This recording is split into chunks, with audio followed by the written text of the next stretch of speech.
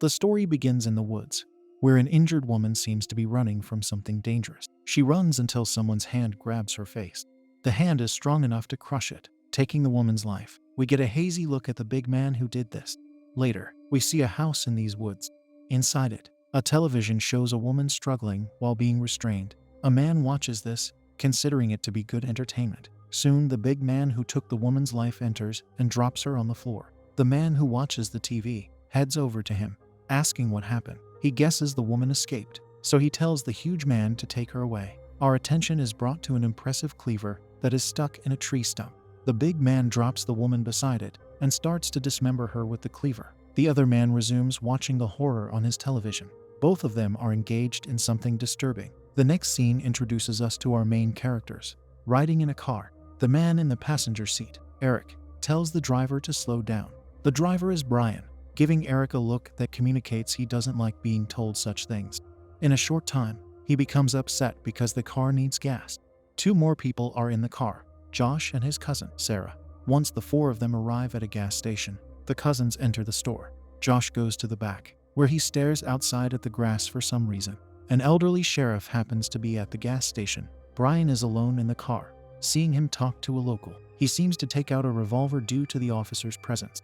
The cousins leave the store, and the officer starts talking to them. Brian sees this with Eric, making them uneasy for a reason not currently known. When the cousins enter the car, Brian asks what the sheriff wanted. As Josh starts to talk, Brian tells him to be quiet. He was asking Sarah. She tells Brian the sheriff was merely chatting with the police. Talk to everyone, she adds. Eric tells Brian twice to go, and Brian grabs him, telling Eric not to say his name. As they are riding again, Brian asks more loudly what the sheriff wanted. Sarah says he asked them how they were doing along with where they were. Josh says he also asked where they were headed. So he told the sheriff they were going to a place called Spencerville, which is a few miles down the road. He knows this thanks to the road signs. Eric asks where they are going, and Brian replies he will know the moment they get there. He wants everyone to stop asking that question, especially Josh, getting upset. Josh asks what his problem is. The answer he gets from the angry man is that Josh almost made a big mistake. He is lucky he's not in jail. Brian complains that the sheriff happened to be at the gas station at the time they were there. Alas, he gets distracted and doesn't see the immense elk on the road until it is too late. They collide with the animal, bringing their ride to a violent stop. They get out of the car, trying to process their woeful situation. Brian is most unlucky because he is stuck. He tells the others to get the elk off of him. We see one of its horns is stuck in Brian's stomach. They try to pull it out, but this hurts Brian. Soon enough, the elk opens its eyes. It groans, and Brian takes the with his revolver. Eric comes in to point the gun at Brian. He asks the injured man where they were going. As Brian insults him, Eric threatens him harder. He demands to know where they were going. Brian doesn't speak, which gets him shot to his demise. This makes Sarah yell that Brian was the only one who knew where they were going. Eric says he wasn't going to tell them. He yells he has known Brian much longer than Sarah. She checks what Brian has on him and finds a note with a phone number. Soon a truck enters the area. A man exits it, seeing the incident that took place. He says he can take just two of them with him. Josh instantly says he could stay in this area. However, Eric offers to stay instead. The man who arrived thinks they should call the police. Not liking this idea, Eric points the gun at him, and Josh tries to save the man.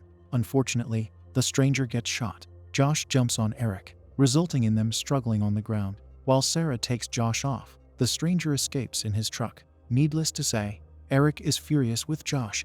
Moving along, they open the trunk to reveal a lady with a bag over her head. They take her out and start walking in the woods. We see the man we saw earlier is watching and recording them. He is Clyde. As the four of them traverse through the woods, they don't remove the bag from the lady's head. We don't know their story. We also do not know why the lady is in the situation she is in. Switching to the man who managed to escape. He drives until his injury prompts him to stop. Following this, Clyde comes home, telling the big man they have a situation. He wants the man, who he calls Crusher, to grab the shackle. Crusher is intently looking at a doll before he grabs the shackles. Back to the group, Sarah asks Eric where are they going. He answers they should find a road and a driver, and finish this mess by getting to a phone. Eric says he wasn't planning on taking Brian's life. Soon their walk gets interrupted by the hostage falling. Josh checks to see she has acquired an injury on her foot. Thus he puts his socks on her feet, proving to be the most caring one among them. We see someone is behind them. In the next scene, Another trucker comes to a halt in the area where the first one stopped. He is Wilbur, taking the shot man's wallet to check his ID. He also shows his good nature by taking the unconscious man's money. He doesn't take the wallet, though. Returning to the gang, Eric points the revolver at Josh and tells him to get away from the hostage. Josh is worried that she needs help. Sarah tells Eric not to shoot her cousin. Josh asks him if he was planning this all along, or if this is his new plan. Thankfully, Eric stops pointing the gun because he suddenly gets shot. He falls lifeless on the ground within seconds.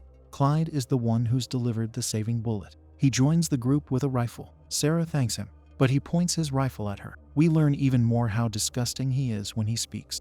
He starts to touch the hostage and Josh tries to intervene. Clyde quickly slams him down with a rifle. He shows him who the boss is now by stepping on Josh while pointing the rifle at him. He is no better than the man whose life he recently took. From the little we know about him, he could actually be worse.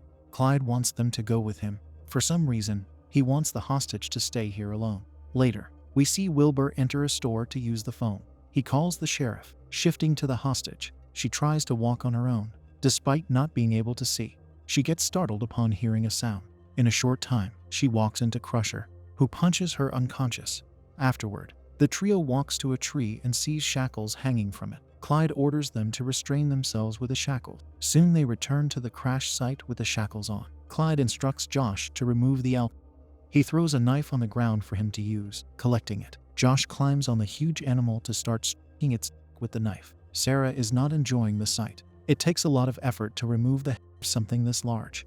Once Josh is done, Clyde orders Sarah to help her cousin take the heavy head out. They take it out and Josh is stuck with the job of carrying it. Clyde sees how upset Sarah is, so he says she can run away if she wants to. The problem is that she's wearing shackles, and he has a rifle he knows how to use. Following this, the sheriff arrives at the place where the shot man is parked. Wilbur is with him. The sheriff says he will radio for a deputy to come. He wants Wilbur to wait until he arrives. Switching to Crusher, he brings the hostage home. She wakes up gasping. She tries to run, but she slams into something that brings her down. Subsequently, the sheriff makes it to the crash site. After he inspects it, he calls dispatch to say he found the car they were looking for. The dispatcher tells him the riders of the car kidnapped a young lady from the city college campus. Looking at Brian, the sheriff says one of them is deceased. He also says the elk seems to have impaled him, yet the cause of his demise is interestingly a to the face. Another curious feature to him is that the elk's head was taken. He tells the dispatcher to send another officer here. He intends to follow the blood trail back to the group. They come to Clyde's house, where they meet Crusher. Clyde orders Josh to go with Crusher to learn where to put the elk head. He sees Sarah with a frown and tells her to smile, or he will cut a smile into her. Thus she smiles, which pleases him for the time being. Taking her into his house, Clyde instructs her to sit. He is nice enough to pour her a glass of lemonade. He then asks Sarah where they were headed with the hostage. If she tells him, she will lose her bargaining chip. She says the hostage is worth a lot of money. Sarah wants him to let her go, and he could keep the hostage. She offers to call him at a certain time so he can collect the ransom money. As she talks, we see Josh looking at the cleaver in the tree stump. Alas, he gets knocked out from behind by Crusher. Clyde is curious to know how much the ransom is. He learns it's $250,000. Although the amount amazes him, he changes the topic to say Sarah has not touched her lemonade. A cold drink on a hot day is a kind gesture, he adds. She has no choice except to say she does not take drinks from strangers. Clyde tries to change their relationship by extending his hand to her and giving his name. Grabbing it, she gives hers. Clyde forcefully pulls her toward him, making the lady hit her face on the table. Now that they have been properly introduced, he says she can drink. She accuses him of being like the people from the Texas Chainsaw Massacre. Clyde has had enough of her. He points his rifle at Sarah, demanding that she drink the lemonade. When she does, he says he likes her, but he won't take her offer with the hostage. He puts the rest of the lemonade in the refrigerator while leaving his rifle near Sarah. She uses this chance to collect it and tries to shoot him. Luck is not on her side today because the rifle is empty. It doesn't take long for her to collapse due to what was in the beverage. Clyde walks over to sit near the restrained hostage. He removes the bag to see her face. He asks what her name is, a question she does not answer. We learn from his speech that Crusher is his brother. He assures her that Crusher won't do anything to her that Clyde won't tell him to do. Since the hostage keeps being silent, Clyde tells her to nod if she understands what he is saying. Therefore, a nod is what she gives him. Clyde calls his brother, bringing the big man into the room. He gets told to take the hostage to the shed. After she gets shackled there, we see Clyde playing the blues on his guitar. Sarah gets a carcass with a bag over her head, and her cousin gets restrained to a chair. Once Clyde awakens Sarah, she throws insults at him. The wicked man starts to record what he's going to do to her. First, he tells Sarah that some people try to appeal to his softer nature, yet he claims to not possess one. He wants to barbecue her. Normally, he would hack a person when the person is deceased. However, he wants to her while she's alive. Clyde believes she is thinking about him bluffing, or if she will survive. He says she never thought this horror could happen to her. All she can do is yell why he is doing this. Everyone is always looking for a reason, he replies. Sometimes it doesn't exist. Sometimes evil just is. The hostage hears Sarah's screams. Later, Josh awakens. He sees Clyde beside him, setting the camera to record this session. He asks Josh what the hostage's name is. Josh does not want to tell him, prompting Clyde to threaten him with severe violence. He also lies to Josh that Sarah did not mention taking him with her at the time she was talking about having Clyde release her. She did mention her cousin. Clyde tells him not to trust her. Josh yells out to her, and we see her bloody outside. Crusher covers his mouth to prevent him from yelling further. Clyde says that compared to what Josh is coming for him, Sarah is getting off easy. Crusher doesn't like hearing people scream, he adds. It can result in him crushing their heads. Thus, he advises his captive not to scream too loud. In the meantime, the hostage manages to remove her hand restraints. She uses 2 metal sticks to remove the shackles. As Clyde is delivering serious pain to Josh, the freed hostage hears his screams from outside. This dread is coupled with her seeing the Sarah. After Clyde removes a certain part of Josh, he is surprised the latter is still conscious. Soon the hostage enters the house and sees a shotgun she collects. She cautiously walks with the weapon ready. Once she walks into the room with the action, she shoots Crusher to bring him down. Clyde raises his arms, and she instructs him to let Josh free. Without saying a word, the despicable man does it. Josh tells the hostage to take Clyde's life, but she has a different idea. She tells him to put the shackles on Clyde, so Josh listens to her. He struggles a lot with the pain he received. Clyde lets Josh know that the one he captured is now saving his life. Josh punches him in the face before he does the right thing by thanking the lady. She commands both of them to go outside, and they do.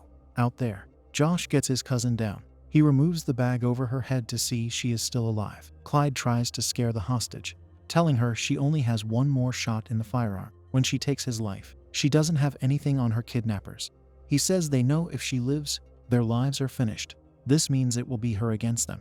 She disproves what he said by showing him she has more ammo. She tells all of them to move while she walks behind them with a shotgun. Therefore, they all return to traversing through the woods. Clyde starts to sing, because that is how he responds to such situations. Suddenly, he grabs Josh by the neck and Josh tells the lady to shoot him. Clyde takes his life by choking him with the restraints around his arms. Sarah urges the lady to shoot him. Clyde dares her to do it too. Since she can't bring herself to squeeze the trigger, Sarah takes the weapon away to shoot Clyde. Then she says she's getting the money and orders the hostage to go. But she gets shot to her demise by none other than the sheriff. He learns the lady is the one who was kidnapped. He asks where the other culprit is, to which she answers he is deceased. She tells him he is at the house. Although she is desperate to go home, the sheriff wants to understand what has been happening here. He promises to take her home after she shows him what he needs to see. So they go to the house she never wanted to go back to. Alas, Crusher is not lying in the room where she shot him. She starts to get nervous and says he's going to take their lives. What does the sheriff do in such a situation? The man handcuffs her to the chair, saying he will free her once he solves this mess. She warns him they are psycho. Going outside, he sees the cleaver with blood on it. At this moment, Crusher approaches him from behind to crush the sheriff's head. The restrained lady sees this through the window and knows no one can save her now. She touches the blood on the floor to make her hand slippery, allowing the lady to squeeze through the handcuff. She takes one of the knives on the table that Clyde had set up for Josh. As she tries to escape the house, she sees Clyde still alive near the entrance. He has the shotgun and fires it at her. Thankfully, he misses, giving the lady a chance to take his life with a knife. Crusher walks in, but she has the shotgun that she uses to shoot him again. Following this, she runs into the woods. Crusher's toughness is unreal, for he survived 2 shotgun blasts at close range. He chases her through the woods, where she eventually gets close to the road and sees the police there. Despite being a mindless brute, Crusher understands he can't chase her any further. The next scene shows the sole survivor sitting in the backseat of a police car as it rides away. Soon our attention is brought to Crusher standing in the woods. He walks away, having gotten away with the evil act he committed.